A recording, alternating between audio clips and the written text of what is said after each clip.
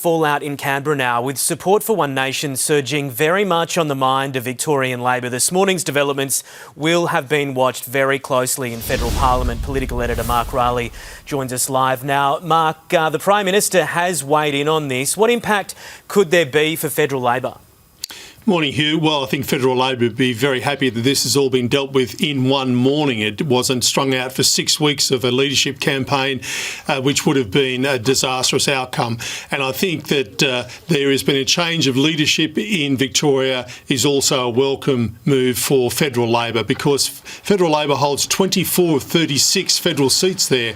Anthony Albanese picked up 3 in 2022 and another 3 in last year in 2025 and wants to hold all of those seats. But there is a big change there. The people of Victoria have been asking for change. The Labor Party has now given it to them before they've been able to exact it at an election. This gives Labor a much better chance of clinging on at that election in November than it did under Jacinta Allan. That's just the facts of the matter.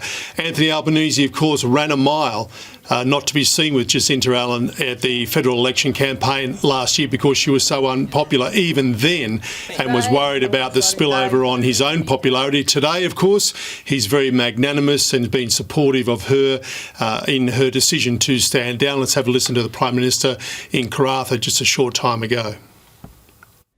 Jacinta Allan is someone who I think is a very decent human being, someone who's motivated by her passionate belief in the lifestyle and in education, health, transport of Victorians and delivering for Victorians. She's someone who can be proud, I think, of her achievements over a long period of time, and I wish her well for her future. This will have been a very difficult day.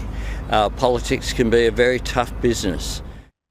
It can be a tough business, and in about 4 months the government down there needs to seek re-election. Now, the first thing that Ben Allen needs to do is to put the big build controversy behind Labor down there, and that is, of course, one of the Ben Carroll. That is one of the big issues of that's facing the Labor government.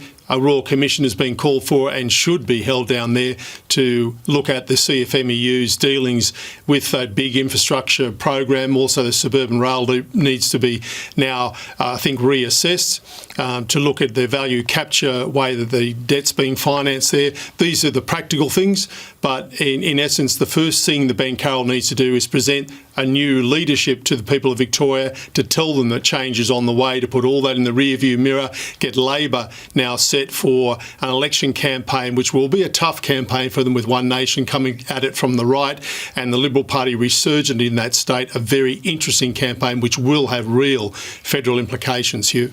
OK, Mark Riley in Canberra, thank you, and we'll stay across developments.